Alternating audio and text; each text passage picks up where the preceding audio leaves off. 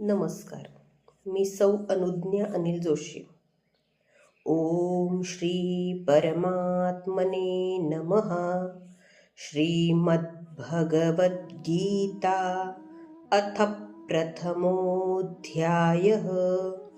धृतराष्ट्र उवाच धर्मक्षेत्रे कुरुक्षेत्रे समवेतायुयुत्सवः मामकाः पांडवाश्चैव किमकुर्वत संजय. धृतराष्ट्राने विचारले, हे संजया, धर्मभूमी असलेल्या कुरुक्षेत्रावर युद्धासाठी एकत्र जमलेल्या माझ्या पुत्रांनी आणि पांडूच्या पुत्रांनी काय केले? संजय उवाच दृष्ट्वा तु पांडवानीकौ व्यूढं दुर्योधनस्तदा आचार्यमुपसंगम्य राजा वचनमब्रवीत. संजय म्हणाले, पांडवांचे सैन्य व्यूहरचनेने उभे राहिलेले पाहताच राजा दुर्योधन द्रोणाचार्यांजवळ जाऊन असे म्हणतात, पश्यैतां पांडुपुत्राणामाचार्य महतीं च मुं व्यूढान् द्रुपदपुत्रेण तव शिष्येण धीमता. अहो आचार्य, द्रुपदाचा पुत्र आणि तुमचा बुद्धिमान शिष्य धृष्टद्युम्न याने व्यूहरचना केलेली ही मोठी पांडव सेना पहा. अत्र शूरा महेश्वासा भीमार्जुन समायुधी युयुधानो विराटश्च द्रुपदश्च महारथः. या सेनेत मोठमोठी धनुष्य धारण केलेले भीम, अर्जुन यासारखे शूरवीर आहेत. सात्यकी, विराट, द्रुपद असे महारथी देखील आहेत. दृष्टकेतुश्चेकितानख काशीराजश्च वीर्यवान पुरुजित कुंतीभोजश्च शैबश्च नरपुंगवः. तसेच दृष्टकेतू, चेकितान, बलवान काशीराज, पुरुजित, कुंतीभोग, नरश्रेष्ठ शैब्य हेही आहेत. युधामन्युश्च विक्रांत उत्तमौजाश्च वीर्यवान सौभद्रो द्रौपदेयाश्च सर्व एव महारथाः. युधामन्यू शक्तिमान उत्तमौजा, सुभद्रापुत्र अभिमन्यू आणि द्रौपदीचे 5 पुत्र हे सर्वच महारथी आहेत. अस्माकं तु विशिष्टाये तान्निबोधद्विजोत्तम नायका मम सैन्यस्य सैन्यार्थं तान् ब्रवीमि ते. हे द्विजश्रेष्ठ, ब्राह्मण श्रेष्ठ, आता आमच्या सैन्यात जे जे प्रमुख आहेत ते माझ्या सैन्यांचे अधिकारी आहेत. त्यांची नावे आपल्याला कळण्यासाठी सांगतो, ते आपण ऐकून घ्या. भवान भीष्मश्च कर्णश्च कृपश्च समितिञ्जयः अश्वत्थामा विकर्णश्च सौमदत्तिस्तथैव च. स्वतः आपण द्रोणाचार्य, पितामह भीष्म, कर्ण, युद्धात विजयी होणारे कृपाचार्य, अश्वत्थामा, विकर्ण तसेच सोमदत्ताचे पुत्र भूरिश्रवा हेही आहेत. अन्ये च बहवः शूरा मदर्थे त्यक्तजीविताः नानाशस्त्रप्रहरणाः सर्वे युद्धविशारदाः. माझ्यासाठी जीवावर उदार झालेले, अनेक प्रकारच्या शस्त्रांनी सज्ज व युद्धात कुशल असणारे पुष्कळ वीर येथे युद्धासाठी सिद्ध झालेले आहेत. ते सर्व माझ्यासाठी आपले प्राण द्यायलाही तयार आहेत. आता कोणती सेना कोणामुळे सुरक्षित आहे यावर दुर्योधन म्हणतो, अपर्याप्तं तदस्माकं बलं भीष्माभिरक्षितं पर्याप्तं त्विदमेतेषां बलं भीमाभिरक्षितं. भीष्मांनी रक्षण केलेली आमची सेना अफाट असून ती अजिंक्य आहे, तर भीमाने रक्षण केलेली पांडवांची सेना जिंकण्यास सोपी असून ती पर्याप्त म्हणजे मोजकी आहे. अयनेषु च सर्वेषु यथा भागमवस्थिताः भीष्ममेवाभिरक्षन्तु भवन्तः सर्व एव हि. सेना व्यूहरचनेत आपापल्या मोक्याच्या जागी उभे राहून आपण सर्वांनी मिळून भीष्माचार्याचेच रक्षण केले पाहिजे. जर भीष्माचार्य जिवंत राहतील तरच आपण अजिंक्य राहणार आहोत. तस्य सैन्यनयन हर्षं कुरुवृद्धः पितामहः सिंहनादौ विनद्योश्चैष शंखं दद्मौ प्रतापवान. अशा प्रकारे प्रत्येकाने आपापल्या शक्तीप्रमाणे शंख फुंकले. हा शंखध्वनी म्हणजे त्या त्या वीरांनी आपल्या शक्तीप्रमाणे केलेली पराक्रमाची घोषणाच होती. कुरुवंशातील महान पराक्रमी पितामह भीष्मांनी दुर्योधनाला आनंद व्हावा म्हणून सिंहगर्जनेप्रमाणे मोठ्या जोराने आपला शंख फुंकला. ततः शंखांश्च भैर्यश्च पणवानक गोमुखाः सहसैवाभ्यहन्यन्त सशब्दस्तु मुलोऽभवत्. त्यानंतर शंख, नगारे, तुतार्या, ढोल, रणशिंग ही रणवाद्ये एकदम वाजवली गेली. तेव्हा त्यांचा फारच मोठा आवाज झाला, त्यामुळे वातावरण भयावह झाले. त्यानंतर पुण्य प्रवृत्तीच्या पांडव सेनेत रणवाद्ये फुंकली गेली. यात पहिला मान योगेश्वर श्रीकृष्णांना दिलेला आहे. ततश्वेतैर्हयैर्युक्ते महति स्यन्दने स्थितौ माधवः पाण्डवश्चैव दिव्यौ शंखौ प्रदध्मतुः. पांढऱ्या शुभ्र घोड्यांनी युक्त असणाऱ्या महान रथावर आरूढ झालेल्या योगेश्वर श्रीकृष्णाने व अर्जुनाने आपापले अलौकिक शंख फुंकले. पांचजन्यं ऋषिकेशो देवदत्तं धनञ्जयः पौण्ड्रं दद्मौ महाशंखं भीमकर्मावृकोदरः. भगवान श्रीकृष्णांनी पांचजन्य नावाचा तर अर्जुनाने देवदत्त नावाचा आणि भयानक कृत्य करणाऱ्या भीमाने वृकोदराने पौंड्रन नावाचा मोठा शंख फुंकला. अनंत विजयं राजा कुंतीपुत्रो युधिष्ठिरः नकुलः सह देवश्च सुघोषमणिपुष्पकौ.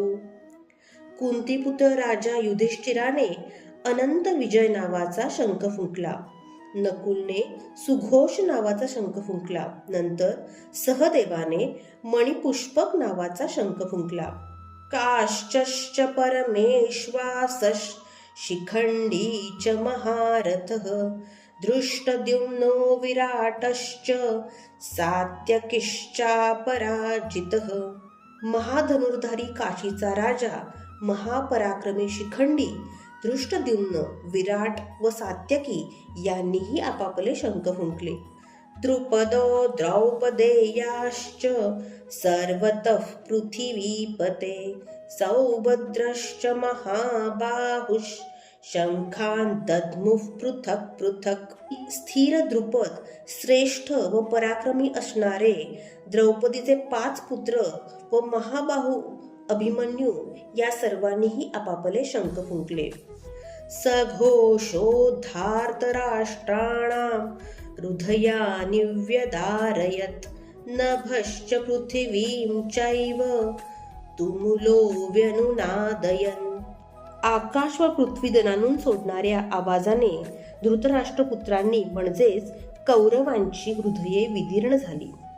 अथ व्यवस्थितान् दृष्ट्वा धार्तराष्ट्रान् कपिध्वजः प्रवृत्ते शस्त्रसंपाते धनुरुद्यम्य पांडवः. संयमरूपी संजयाने धृतराष्ट्राला समजावले की हे राजन, अर्जुनाच्या ध्वजावर वैराग्यरूपी हनुमान विराजले आहेत. अर्जुन उवाच ऋषिकेशं तदा वाक्यमिदमाह महीपते सेनयोरुभयोर्मध्ये रथं स्थापय मेच्युत.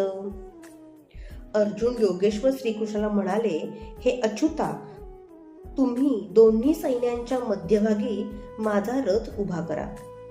यावदेता निरीक्ष्ये है योद्धुका मानवस्थितान् कैर्मया सह योद्धव्य मस्मिन् रणसमुद्यमे.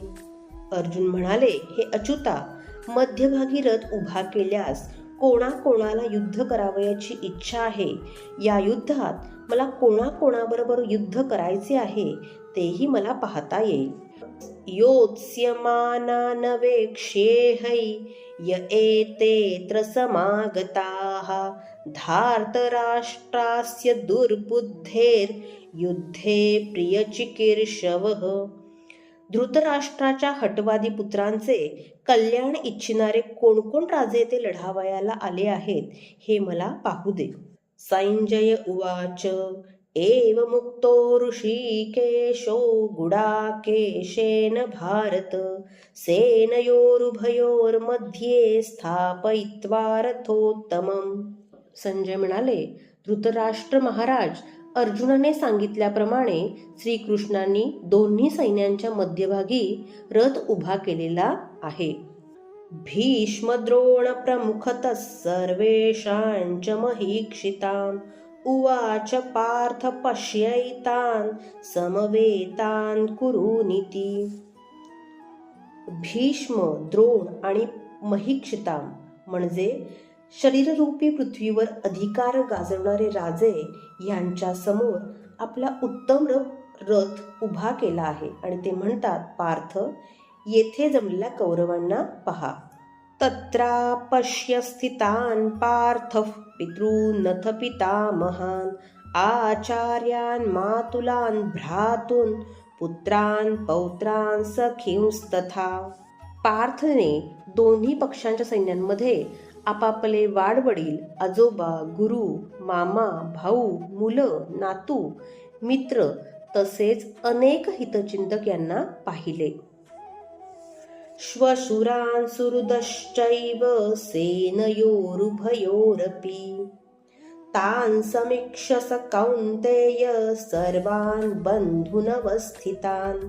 जेव्हा अर्जुनाने त्या साऱ्या स्वजनांना पाहिले तेव्हा तो करुणेने अत्यंत व्याकुळ होऊन शोक करू लागला, कारण हा सगळा आपलाच परिवार आहे. त्यांना मारून टाकण्याच्या कल्पनेने तो अत्यंत व्याकुळ झाला व म्हणाला, कृपया परयाविष्टो विषिदन्निदमब्रवीत्. अर्जुन उवाच दृष्ट्वेमं स्वजनं कृष्ण युयुत्सं समुपस्थितं सीदन्ति मम गात्राणि मुखै च परिशुष्यति वेपथुष्य शरीरे मे रोमहर्षश्च जायते. हे कृष्णा, या युद्धात लढण्याच्या इच्छेने आलेल्या माझ्या आप्त स्वजनांना व मित्रांना पाहून माझी गात्रे शिथिल पडू लागली आहेत, तोंडाला कोरड पडत आहे, शरीराला कंप सुटला आहे व माझ्या अंगावर रोमांच उभे राहत आहेत. इतकेच नव्हे तर गांडीवं संसते हस्तात् त्वक्चैव परिदह्यते न च शक्नोम्यवस्थातुं भ्रमतीव च मे मनः. माझे गांडीव धनुष्य माझ्या हातून गळू लागले आहे, शरीराचा फार दाह होत आहे, शरीर तापू लागले आहे, मन भ्रमल्यासारखे होऊ लागले आहे. हे श्रीकृष्णा, आता उभे राहण्याचेही सामर्थ्य माझ्यात नाही. निमित्तानि च पश्यामि विपरीतानि केशव न च श्रेयोनुपश्यामि हत्वा स्वजनमाहवे. हे केशवा, हे कृष्णा, या युद्धाची लक्षणे चांगली दिसत नाहीत. मला तर सगळी विपरीत चिन्हे दिसत आहेत. या युद्धात स्वजनांना मारून कोणतेही कल्याण होणार नाही, हेही मला स्पष्ट दिसत आहे. न कांक्षे विजयं कृष्ण न च राज्यं सुखानि च किं नो राज्येन गोविंद किं भोगैर्जीवितेन वा. हे गोविंदा, हे कृष्णा, मला विजय नको, राज्य नको, सुखही नको. आप्तेष्टांना मारून राज्यभोग निरर्थक आहे. येषामर्थे कांक्षितन्नो राज्यं भोगा सुखानि च त इमेव स्थिता युद्धे प्राणांस्त्यक्त्वा धनानि च. हे भगवान श्रीकृष्णा, ज्यांच्यासाठी आम्ही राज्य, उपभोग व सुखे यांची इच्छा करावयाची, तेच हे आप्त स्वकीय आपल्या जीविताची आशा सोडून युद्धासाठी सिद्ध होऊन या रणांगणावर उभे आहेत. आचार्याः पितरः पुत्रास् तथैव च पितामहाः मातुलाश्वशुराः पौत्राश्च श्यालात् संबंधिवस्तथा.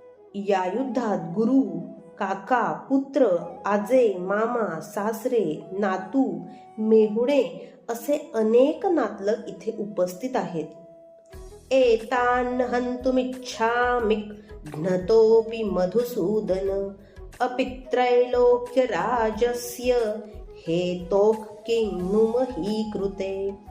हे मधुसूदना, मला जरी कोणी त्रैलोक्याचे राज्य देऊ केले तरी मला ठार मारण्याची इच्छा करणाऱ्या या लोकांना मी मारू इच्छित नाही. मग या पृथ्वीची काय कथा? निहत्य धार्तराष्ट्रान्नख का प्रीती स्यात् जनार्दन पापमेवाश्रये दस्मान् हत्वैतानाततायिनः. हे जनार्दना, धृतराष्ट्रांच्या मुलांना मारून आम्हाला काय आनंद होणार आहे? या आततायी लोकांना मारून आम्हाला उलट पापच लागेल. तस्मान्नार्हातयं हन्तुं धार्तराष्ट्रान् स्वबान्धवान् स्वजनं हि कथं हत्वा सुखिनः स्याम माधव. म्हणून हे माधवा, धृतराष्ट्रांच्या या पुत्रांना, आमच्याच बांधवांना आम्ही मारणे योग्य नाही. या आप्तांना मारून आम्ही कसे सुखी होणार? यद्यपेतेन पश्यन्ति लोभोपहत चेतसः कुलक्षयकृतं दोषं मित्रद्रोहे च पातकम्. हे जनार्दना, लोभामुळे ज्यांचे चित्त भ्रष्ट झाले आहे अशा या लोकांना कुलनाश केल्याने लागणारे पाप दिसत नाही. ते जाणून घेण्याची त्यांच्यात कुवतही नाही. कथं न ज्ञेयमस्माभिः पापादस्मान्निवर्तितुं कुलक्षयकृतं दोषं प्रपश्यद्भिर्जनार्दन. हे जनार्दना, मित्रद्रोह करणे किंवा कुलनाश करणे हे महापाप आहे हे आम्हाला समजत आहे. तेव्हा या विचारापासून आम्हाला परावृत्त व्हायला नको का? कुलक्षये प्रणश्यन्ति कुलधर्मात् सनातनाः धर्मे नष्टे कुलं कृत्स्न मधर्मोऽभिभवत्युत.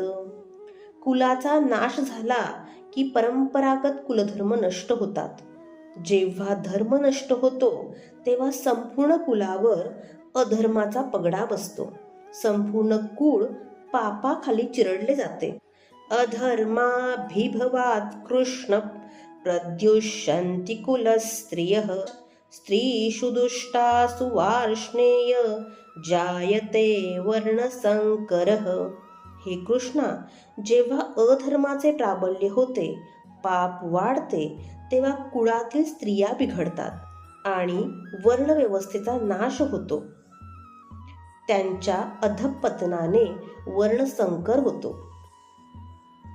संकरो नरकायैव कुलघ्नानां कुलस्य च पतन्ति पितरो हेशाल लुप्तपिंडोदकक्रियाः.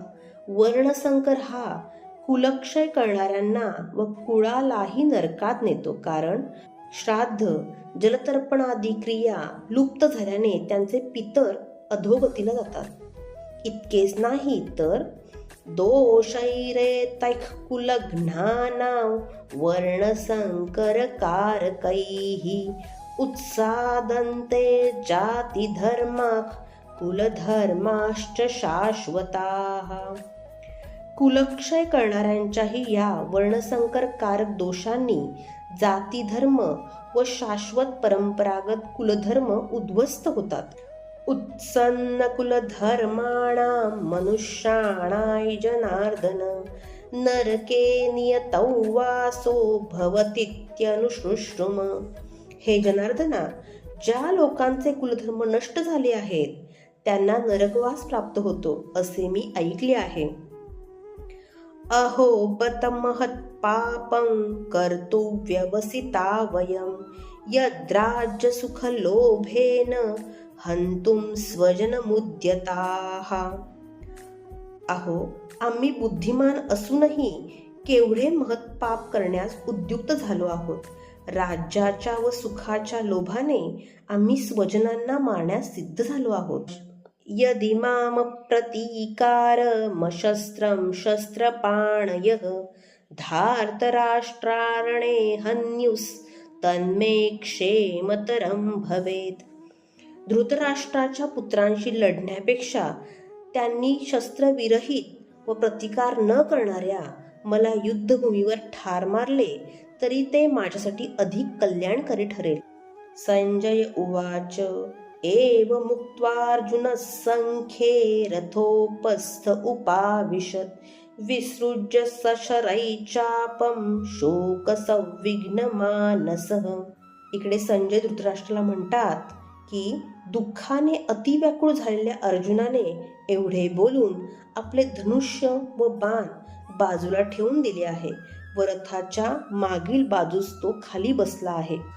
ओम तत्सदिति श्रीमद्भगवद्गीतासु उपनिषत्सु ब्रह्मविद्यायां योगशास्त्रे श्रीकृष्णार्जुन संवादे अर्जुन विषाद योगो नाम प्रथमोऽध्यायः. ओम श्रीकृष्णार्पणमस्तु. अशा प्रकारे श्रीमद भगवद्गीता रूपी उपनिषदे तसेच ब्रह्मविद्या व योगशास्त्र विषयक श्रीकृष्ण आणि अर्जुन यांच्या संवादातील अर्जुन विषाद योग नावाचा प्रथम अध्याय समाप्त झाला. अशीच अखंड सेवा करूया. रामकृष्ण हरी.